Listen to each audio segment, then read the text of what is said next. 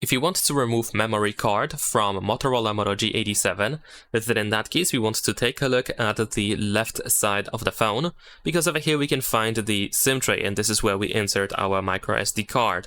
There is also this little hole over here which we need to use, and we're gonna use the SIM eject tool in order to pop out the SIM tray from the smartphone.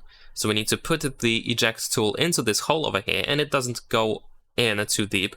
So once it is in, you want to push it into the phone with a bit of pressure and try to push it straight in, and then the SIM tray should pop out. Now, if you just want to remove the microSD card, you don't actually have to fully remove the SIM tray from the phone, because it's just the memory card is the first one in the SIM tray, just like that. So as you can see, we can just partially take it out from the phone, then you can just pop it up from the other side. There we go, with your finger. It goes out really easily, and then just slide it back into the phone. Just put the SIM tray back into the phone and make sure that it is fully in.